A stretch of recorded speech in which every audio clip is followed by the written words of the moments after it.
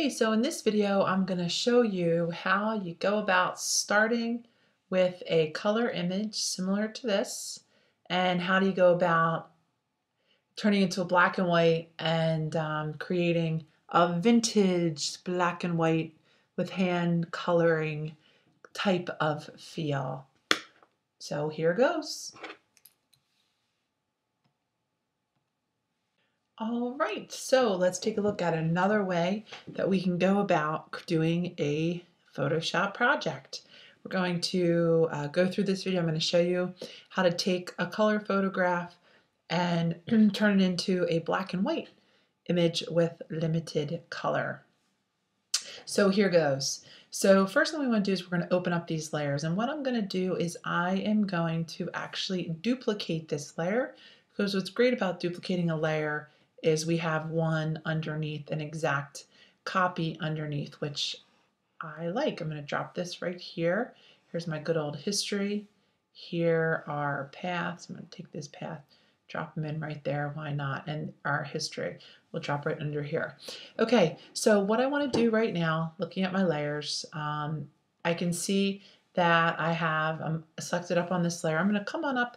I'm going to turn this into a black and white image. So again, I could come and do this through the adjustments layer if I'd like, coming on in, finding my black and white image, clicking onto this. I can lighten up some of the reds, darken up some of the yellow. All right, I'm going to go with that. I think I like that's a little bit more dramatic. So there we have it. Now, next thing that I want to do, I'm going to take this, drop this in there, is I want to add some info on to these images right here. And back when black and white photography was first created, the way that color was added was through painting. So let's actually go that route and do just that. So I'm going to come in right here. I'm going to grab my quick selection tool, and I am going to select some of this white. So I have this selection right here, and I am going to zoom on in. Click this right here, zoom it on in to this selection. Next thing I'm going to do is I'm going to grab my paintbrush. There's my good old brush. And I am going to take a look at the size of this. I'm going to keep it at a size that maybe 24 is good. And I'm going to have 0 hardness. Now, what I want to do right now is I want to pick out a color. All right, so I want to open up my swatches. Let me come to Window, and let's find those color swatches. And I'm going to say, I'm going to grab this little pink color, loading my paintbrush with this pink. I'm going to come in, I'm going to make this a little bit bigger. Now, because this is selected, watch what's going to happen. The opacity is at 100%. Okay, hold on for 1 minute. Let's see, hold on for a minute. This is what's going to happen though, because we have this adjustment layer right here. Watch, when I come in and I start to paint, if I click on this, I come in up, it doesn't let me do anything because it's an adjustment layer. If I come in right here, I start to paint, that looks odd, but I click and I can see that it's going in this image, and that's not what I want to happen. So I'm going to come back into my history, and I'm going to come back to the quick selection. What I want to do real quickly, I'm going to turn this bottom layer off, and I'm going to come up here to layer, and I'm going to say merge visible. So now these are both merged onto a color layer. Now what I can do, I still have this selected. I am going to come and start to paint this. Now, but look, this is way too opaque. I don't want it to be that opaque. So what I'm going to do is I'm going to come on up here. I'm going to lower the opacity to about 34%. I'm going to lower the flow too. I'm going to put the flow down also. All right, so here it goes. Now I've lowered the opacity to 36. Flow is at 36.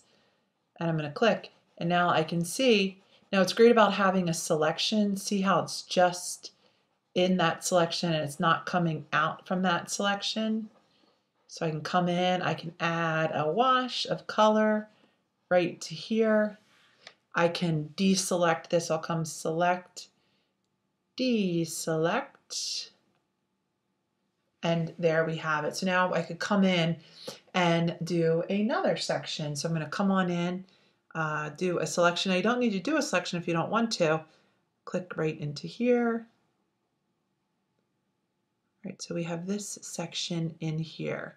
Maybe I want to change this color and make it pink. Why not? Grab my brush. You can see, we can even make this bigger if we wanted to, because it's not going to matter if it's really big. I can go right outside of the edges, and it just gets this touch of a color. Now, this looks more like the old photographs, the old color photographs with a touch of color in them, because really what they were doing is they were actually just taking, working with a paint that was much more opaque and coming in and changing things around. So I can click, I can get this. Okay, now I can see that I'm starting to get the sky. And what I can do is I can click in, and in another video I cover quick masks. If you don't know quick masks, watch, I have 2 videos actually on that. So I click right to here, I grab my B, I want the white up on top. Actually, I want the black up on top. I can come on in, I can say I don't want this part selected. Now, one thing you got to be careful of when you put the opacity down, same thing happens when when you come in to work with this. All right, so I would want to be a little bit more exact than this.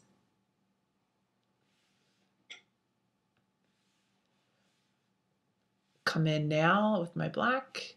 Again, I need to lower my opacity again. Lower down that flow.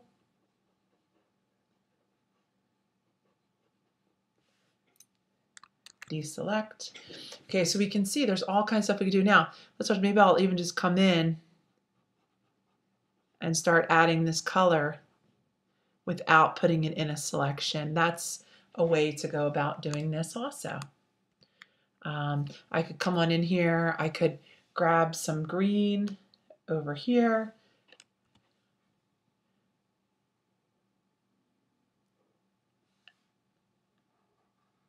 Even if I was to come down below, I could make this all just way bigger and just do a wash of green.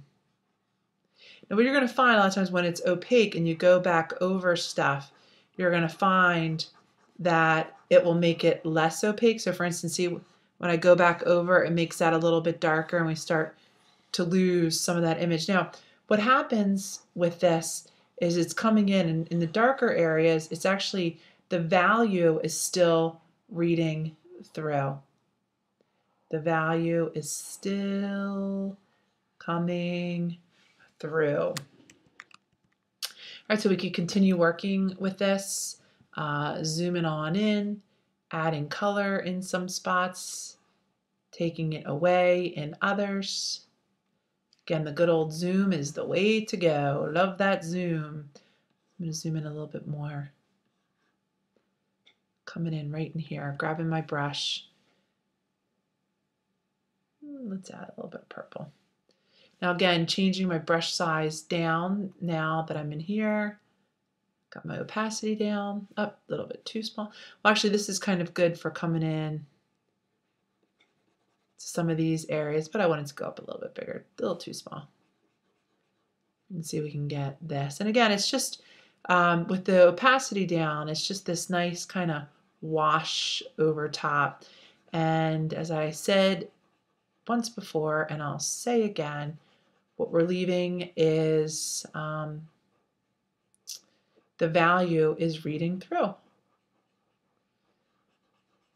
Again, if you go back in and you look at old photographs with that limited bit of color, sometimes, actually, if we looked at old portrait photography, we would see on a woman, they would add some color, lipstick to the lips, some color to the lips, some color to the face, and there are more of these hand-painted photographs, and that's what we're doing right here. We're creating this hand-painted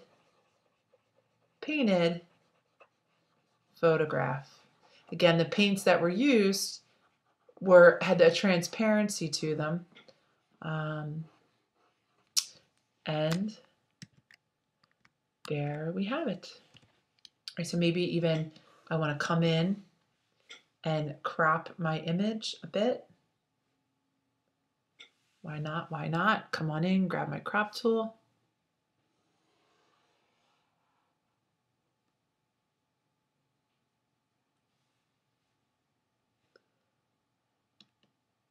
All right, so there we have it. I think that's a little bit of a stronger composition. I could continue working with this, and I'll leave you with that. Lots of fun, lots of possibilities with Photoshop. The possibilities are endless. Thanks for listening.